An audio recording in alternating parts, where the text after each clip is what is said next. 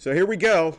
First ever Off the Mic Sports Network post, officially, as the channel has now changed. Welcome to new and old subscribers here to this channel. I wanted to start off with, in this new era of this channel, talking about the Cleveland Browns. Because, for those who don't know, this is a franchise that is near and dear to my heart. Obviously at the core, I am a wrestling fan.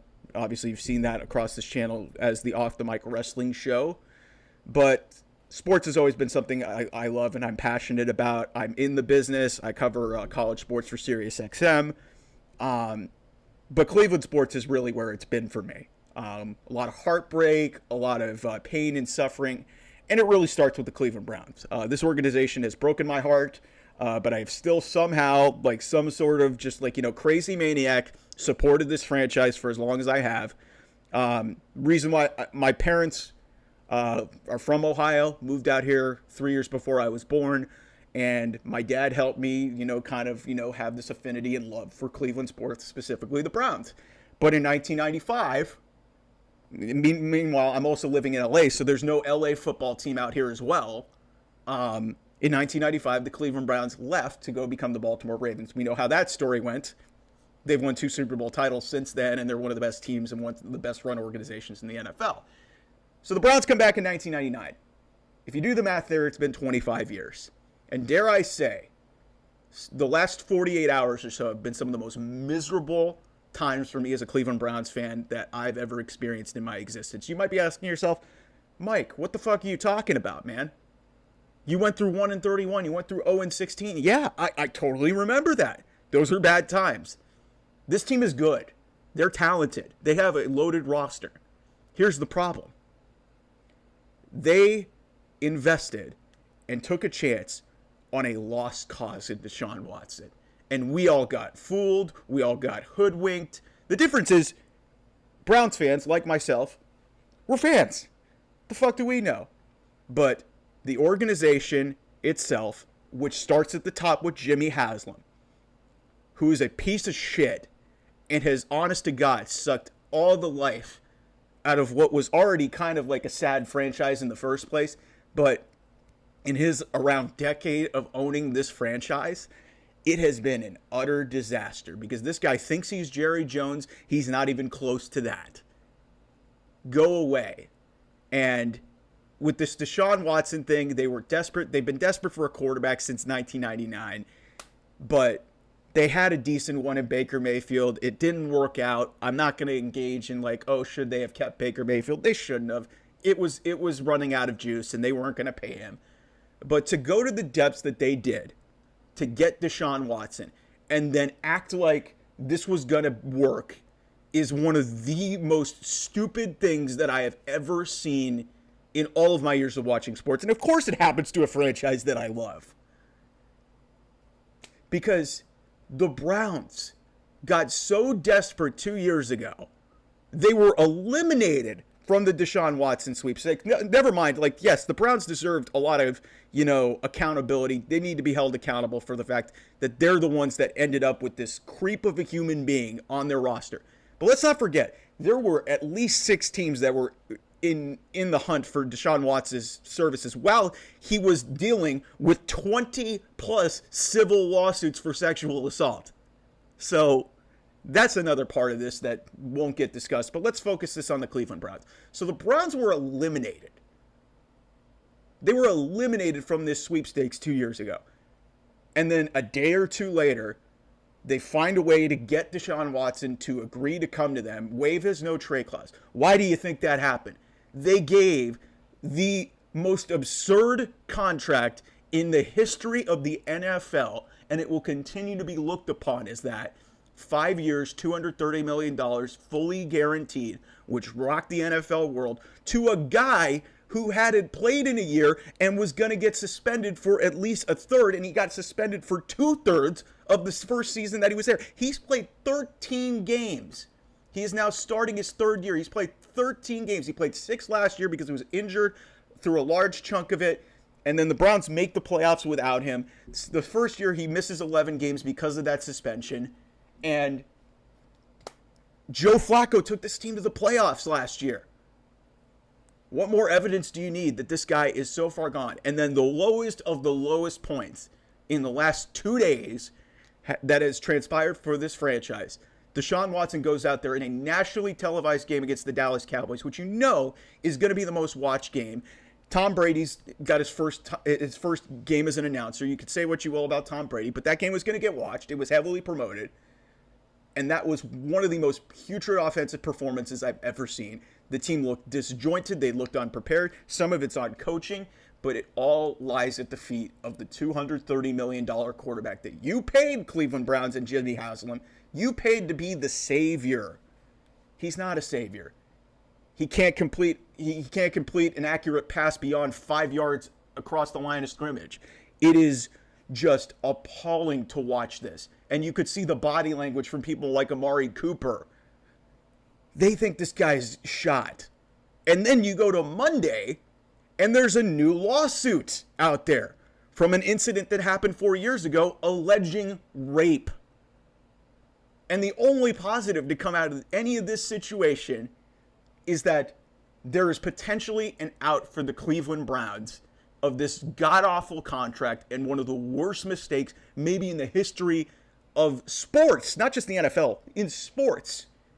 Somehow the Browns might get bailed out of this, which, you know, if the NFL probably can find a way to not get them off the hook, they'll probably screw them because, frankly, I'll be honest with you, the Browns kind of deserve what they've gotten because this is pitiful. This is really pitiful.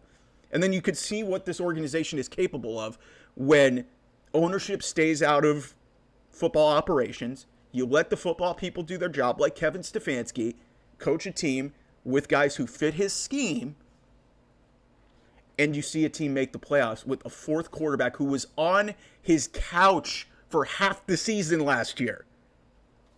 And then they can't bring him back because Deshaun has such a fragile ego. He doesn't want to be affected by it.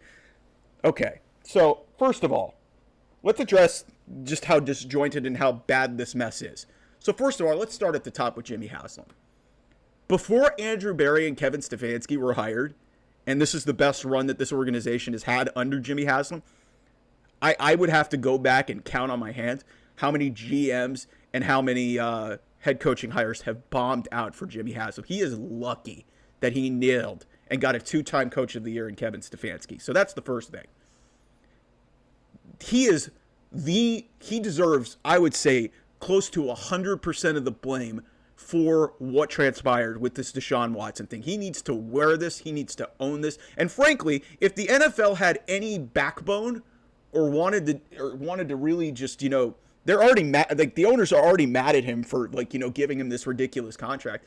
The guy's already a creep. He's already a fraud. He's like, you know, he's got a bunch of bad things on his reputation, but then he goes out and gives this ridiculous contract to a guy who didn't deserve it on his past reputation while he's being litigated against.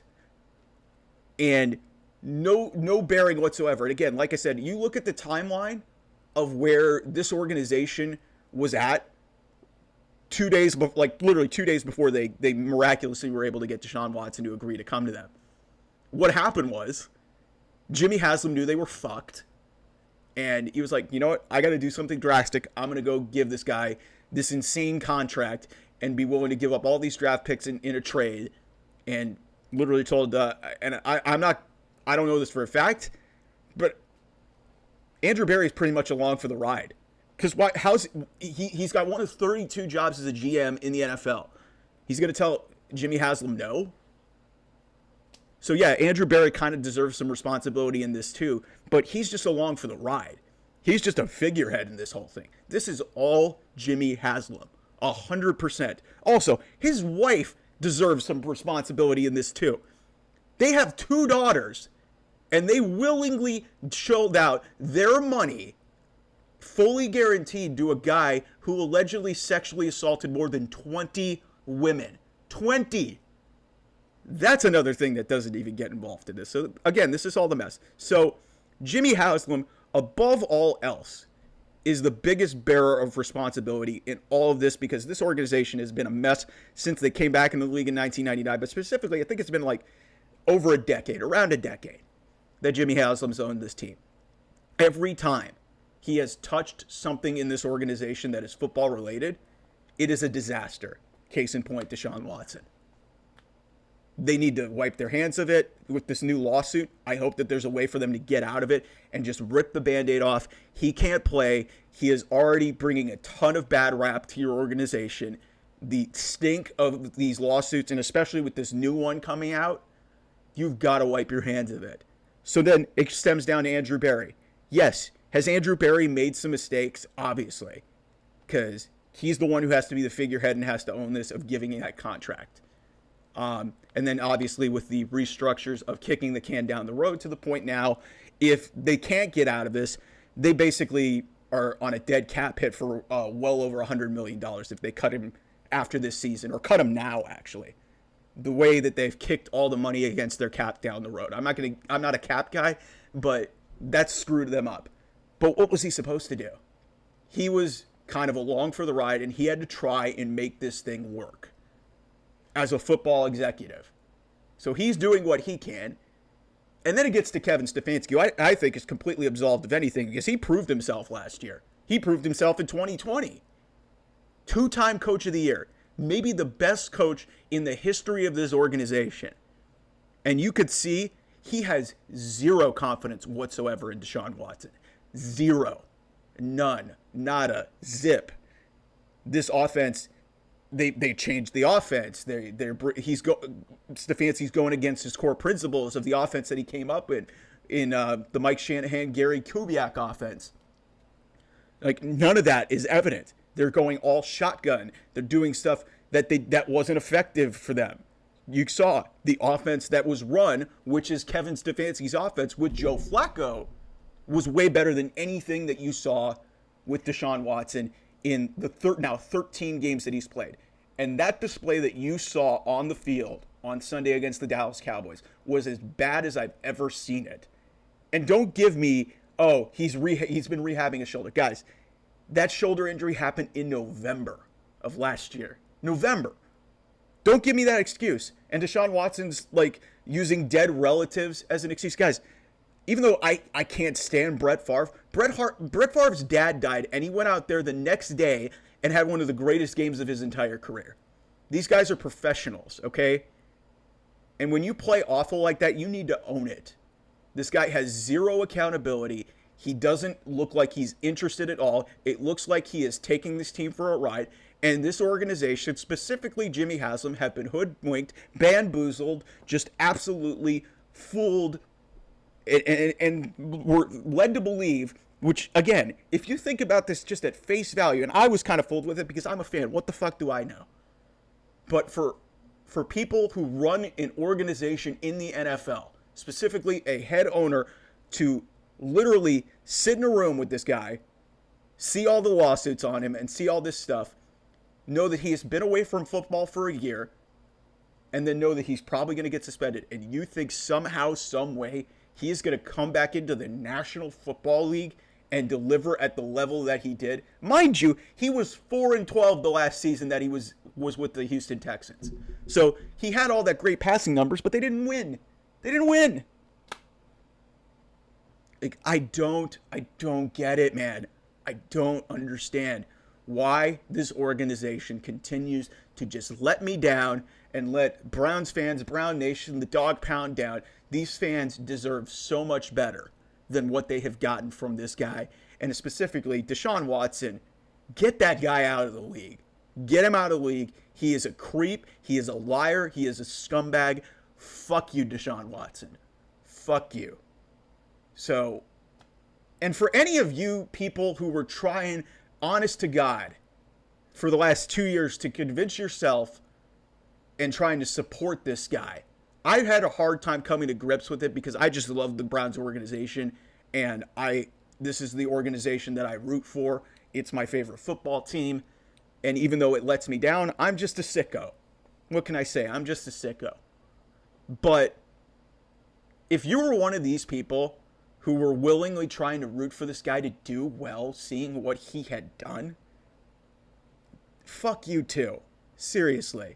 I don't want to claim you as a Browns fan. I understand rooting for the quarterback of your team, there's no reason to root for this guy, especially seeing this latest lawsuit. The guy bold-faced lied just to everybody.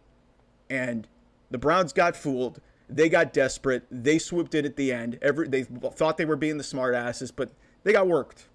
They got worked by this guy. So I hope that there's an end conclusion to this. And somehow, some way, the Browns can be absolved of having to pay the rest of that contract. But again, you know what? In some weird way, I hope they have to own it too in some respect. And they're on the hook for it because this organization deserves it.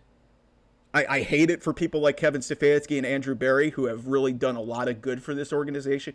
But one bad mistake like this could set an organization back decades. And the sucky part is Jimmy Haslam is not going to get any accountability for it whatsoever. He's the owner. Unless the NFL wants to come in there and basically, force him to sell the team, and there's no reason for me to believe that that's going to happen, he's still the face of that organization and still the primary ownership. It has the most ownership stake in this thing. And until that guy is away from this, I'm not convinced that the Browns are going to ever win at a level that, the city of Cleveland deserves. Because that city deserves a whole hell of a lot more better than this crap that's been put on in this charade that's been put in front of their eyes, specifically over the last 2 years, but really for the last 25. So, long explanation there. The latest mess here with the Cleveland Browns. Thank you all for bearing with me here. I'm very passionate about this. Follow on Twitter, for me specifically, at OffTheMic28. At OT Mike Sports is the new handle. At OT Mike Sports here. Like, share, and subscribe to your friends if they're big sports or wrestling fans or sports entertainment, whatever you want to call it. Thanks for listening. Thanks for watching. I appreciate y'all, and I'll talk to you guys soon.